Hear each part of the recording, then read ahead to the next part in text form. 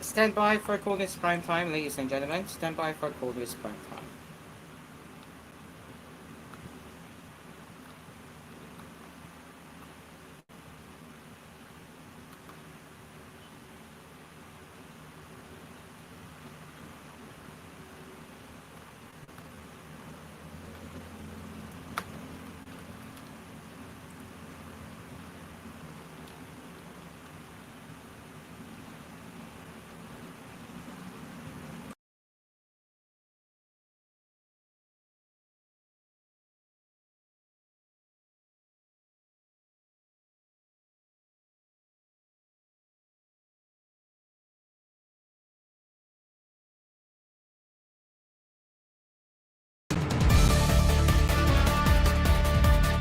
Live from Cool Studios, this is koolNews Prime Time.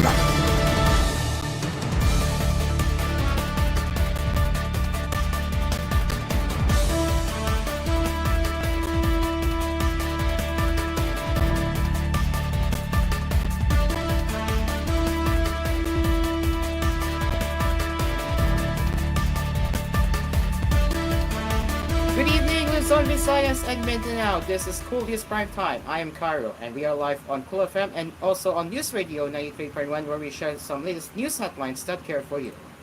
Let's begin with our headlines.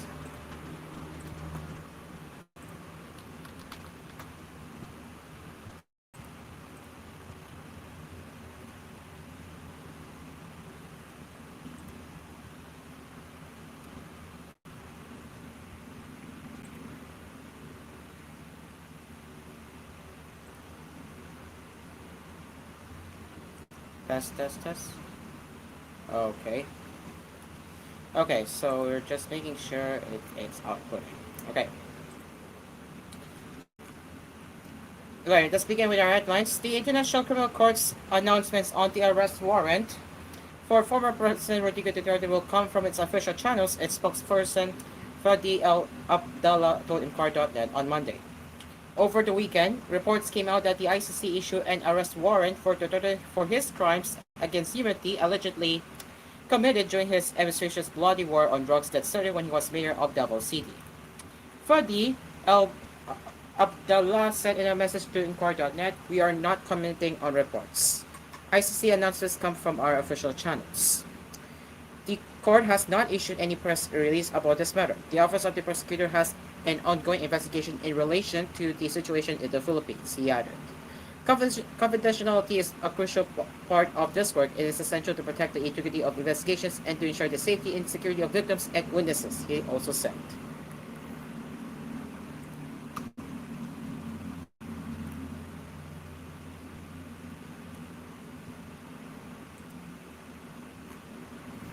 Department of Information and Communications Technology Undersecretary for Special Concerns Paul Mercado has been assigned officer in charge of the agency, Presidential Communications Office Undersecretary Calera Castro said on Monday.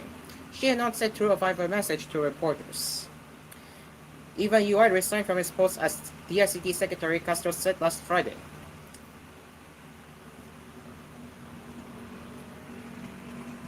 There is no information yet on the reason for his resignation.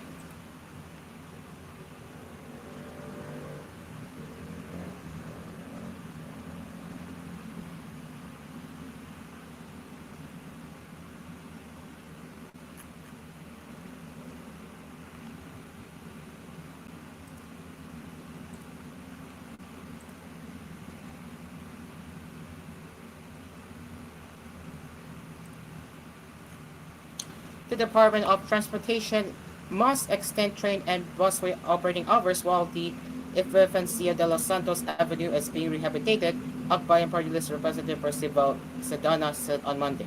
In a statement, Sedana warned that commuters may get stranded once EDSA, one of Metro Manila's major thoroughfares, undergoes a rehab due to a higher traffic volume.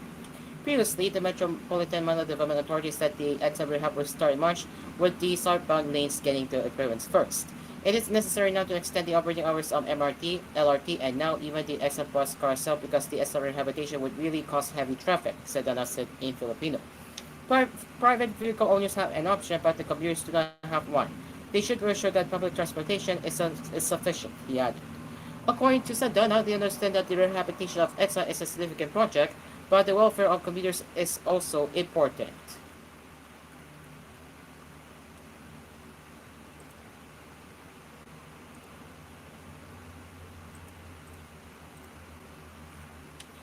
A 3-year-old girl from Barangay Balintawak survived a fall from the third floor of the City Commercial Center in Barangay Santiago in Pangasinan City, Zamboanga del Sur, on Monday. Pagcatayan City Health Officer David Lieutenant Tan Ildefonso said the child was immediately rushed to a nearby hospital. As of Monday, she was in a stable condition. The child's doctor told the city health officer that based on the initial assessment, the child was okay, but needed to undergo an X-ray and CT scan to further check on possible fractures and other injuries.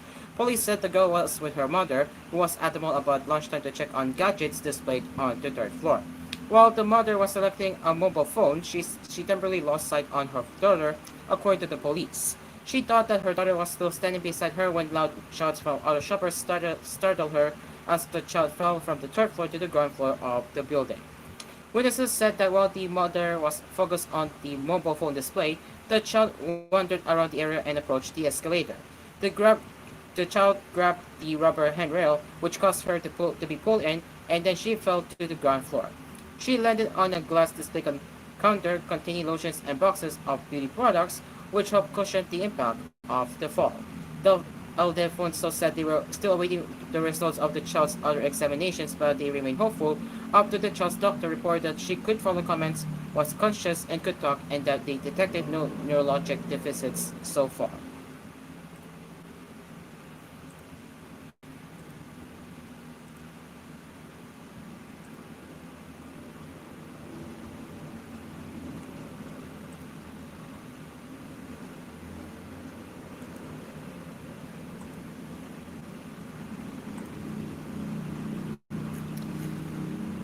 Marikina Mayor Marcelino Mercy del Toro and 5 others are facing criminal and administrative complaints before the Office of the Ombudsman over alleged irregularities in the procurement of various materials for the local government from 2018 to 2021. The complaint was filed by Rico Mariano, the sole proprietor of Massey Enterprise, which deals in office and school supplies. Mariano also lodged criminal and administrative complaints against the mayor's wife, Marikina 1st District Representative Marjorie Anterodoro, Barangay Santa Elena Officer Mary Joy San Juan, City Accountant Erlinda Gonzalez, and Acting City Treasurers Miguel Ribanal and Florencia Gamat. The 6 public officials are facing complaints for alleged violation of Section 3, Paragraph E and H of the Republic Act No. 3019 or the Anti-Graft and Corruption Practice Act, as well as Article 217 of the revised penal code for intentionally and willfully diverting LGU Marikina's funds earmarked for material procurement into their own pockets. In a complaint filed last January 23 but released to the media only on Monday, Mariano also claimed that the 6 committed grave misconduct and conduct prejudicial to the best interests of the service. According to the complainant, he was tapped as an exclusive supplier for Mayor Teodoro's camp for goods and supplies needed in his city in 2017. Mariano said in his complaint, however, far from what I imagined my dealings would be with LGA Marikina where I would supply goods, it turned out to be an arrangement where I or my C would be a mere front for Respondent George San Juan and everyone else involved. I was used by Respondents Joy and Mercy as a mere conduit for them to siphon funds out of the coffers of LGU Marikina and deliver these funds directly into their hands. I was used by Respondents Joy San Juan and Mercy to perpetuate their grand scheme, he further narrated. Based on the complaint, Mariano said he mainly coordinated with San Juan regarding the procurement process. They merely transacted via text message or online as presented in the document. Mariano claimed, however, that he was never given a list of materials or asked to bring any documents or an ID, adding that the Marikina General Service Office only instructed him to sign a purchase order. At other times, I would be completely excluded from the signing of the purchase order itself. I would just learn about the transaction when I get advice from Respondent Joy that the check is ready for pickup, he said. This led me to believe that either the GSO or any actor instructed by the respondents was forging my signature on the purchase order, he added. In 2020, Mariano disclosed that he was instructed by San Juan to issue managers checks in favor of Representative Teodoro instead of encashing the entire proceeds of the checks he received from the local government. On going through his bank statements, Mariano said he found that six managers' checks were issued to Representative Teodoro amounting to 9.583 million pesos from May 8, 2020 to January 22, 2021 alone. On this point, it bears emphasizing that a portion of the records would show that through the positions of Respondents Mercy and Joy as mayor and city councilor, respectively, Respondents Joy, Mercy, and Maan were able to benefit from the transactions of the LG Marikina, with Respondent Maan directly named as payee for the manager's checks that are requested upon instructions of Respondent Joy, the complainant claimed. In response, Mayor Teodoro said he had not received a copy of the complaint. Anyone can file a complaint, but it is our duty to address any allegations with transparency and in accordance with due process, he said in a statement sent to inquiry.net. Once we receive the official copy of the complaint and filed before the ombudsman, we will respond to all the allegations made against us. Rest assured, we will fully cooperate with the prop of the ombudsman, he added. It is now 10:42 p.m. as we will return with more news headlines right here on koolNews Primetime. Stay along with us, we will be right back.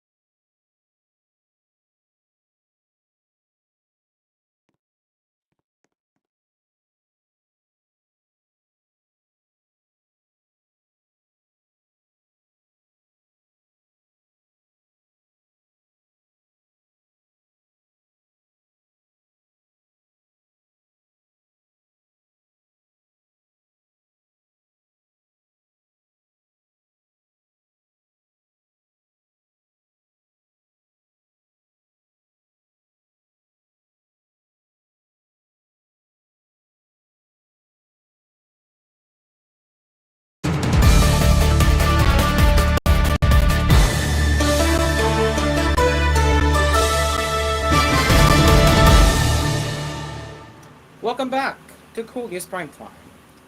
Let's continue with our headlines.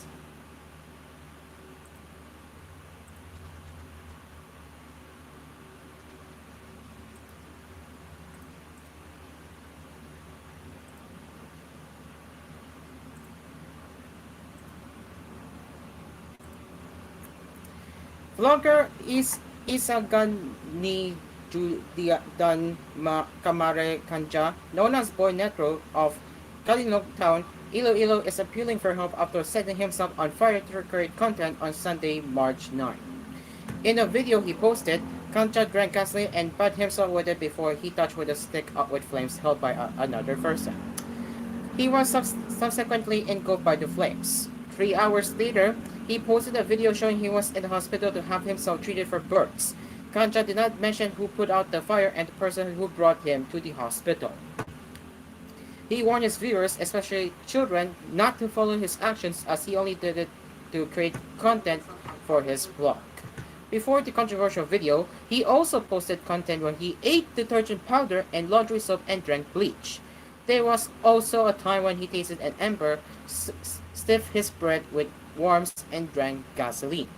Netizens condemned Kanja's actions.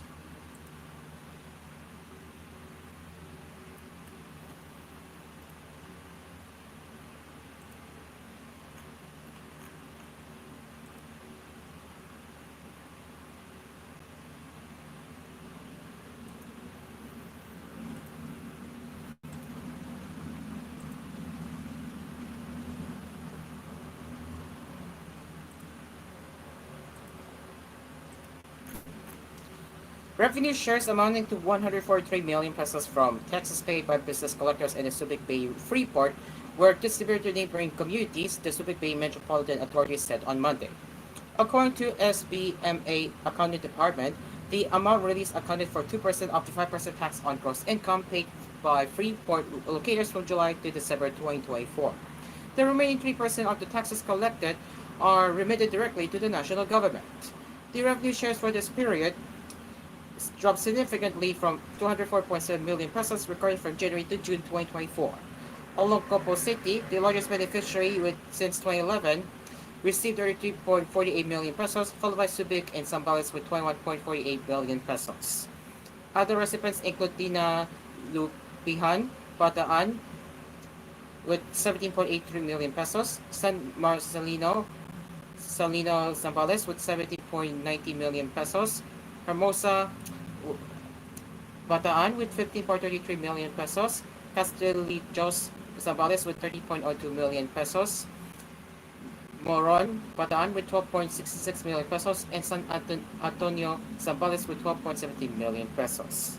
Since August 2010, revenue shares have been directly released to LGUs on a biannual basis, August for the first semester and February of the following year for the second semester.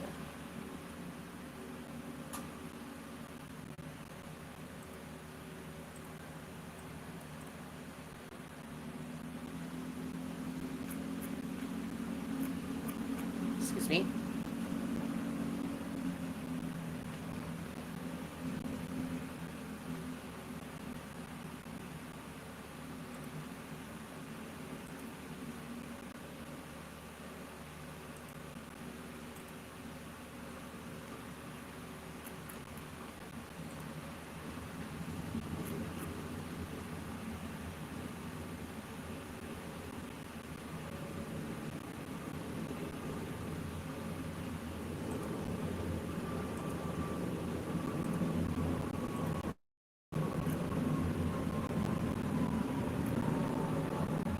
As we head over to the international headlines, Canada's next Prime Minister has helped run two group of seven economies in crisis before and now will try to steer Canada through a looming trade war brought by U.S. President Donald Trump, a threat of annexation, and expected federal election.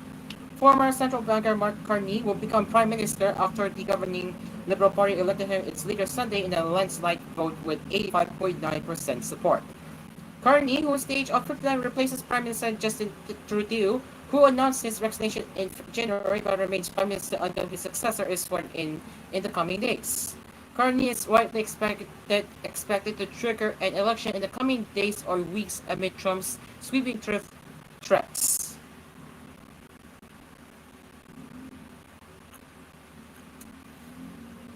Kearney said, "We didn't ask for this fight, but Canadians are always ready when someone else drops the gloves.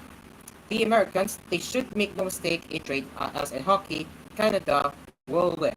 Kearney said Canada would keep its initial retaliatory trips in place until the Americans show us respect.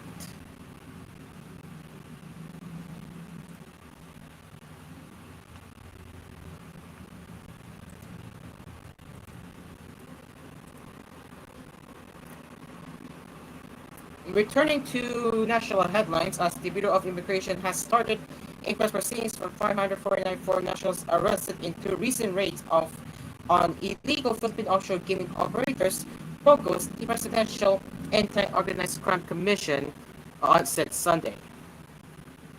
According to PAOCC, special prosecutors conducted inquest proceedings on February 27 for 147 foreigners apprehended at the Pogo Hub in Barangay Galo, Paranaque, and on March 7 for 402 individuals taken from one Rios condominium in Pasay. All these foreign nationals were charged with being undesired aliens who are working in illegal Philippine offshore gaming operators despite the ban imposed by President Marcos last year, PAOCC said in a statement.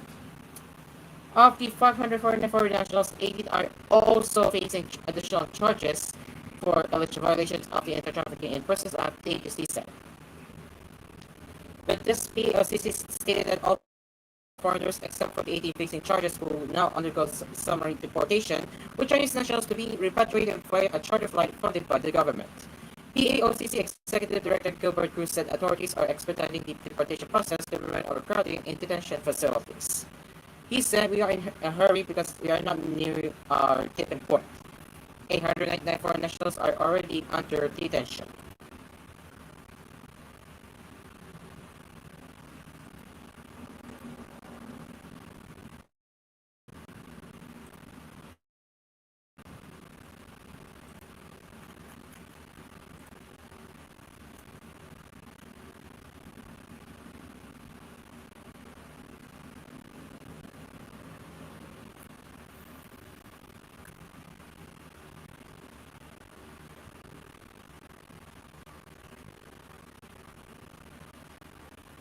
And now for the Showbiz Express,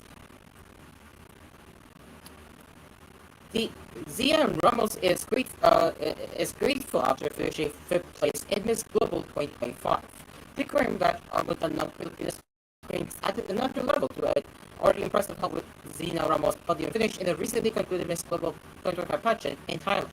The architect actress was masaya ako na nakaroon ako ng contribution sa bansa natin.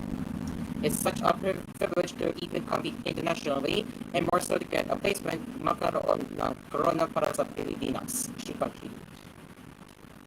Ladies and gentlemen, it's now 1 minute before 11 p.m. and that is it for koolNews Primetime tonight. We will return with more news headlines tomorrow with koolNews at noon, koolNews at 6, and koolNews Primetime at 10:30 p.m. You can also sign us to comments, suggestions, and feedback to our email at tvhphilippines.news@gmail.com. Until then, I am Carlo, and this has been koolNews Primetime. We'll see you tomorrow.